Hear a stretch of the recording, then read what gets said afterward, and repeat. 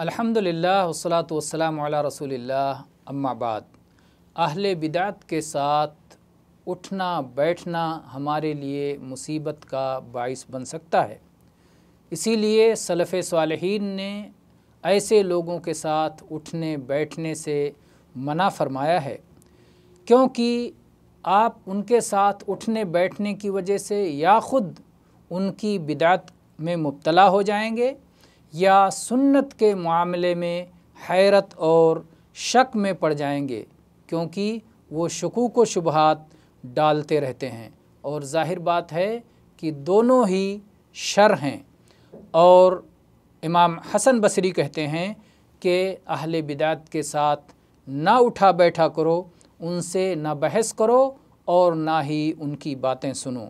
और ऐसे ही अबू क़िलाबा कहते हैं कि अहले बिदात के साथ मत उठा बैठा करो, उनके साथ मेल जोल न रखो, क्योंकि मुझे ख़तरा है कि वो तुम्हें अपनी गुमराही में मुब्तला कर देंगे और बहुत सारी सुन्नतें जिन्हें तुम जानते हो उसके बारे में शकूक व शुबहात में डाल देंगे।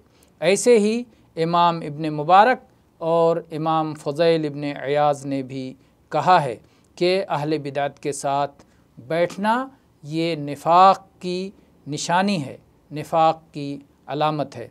तो बहरहाल अहले बिदात के साथ उठने बैठने से हमें परहेज़ करना चाहिए, कहीं ऐसा ना हो कि हम भी उनकी बिदात में मुब्तला हो जाएं या अपने दीन के मामले में शक में पड़ जाएं।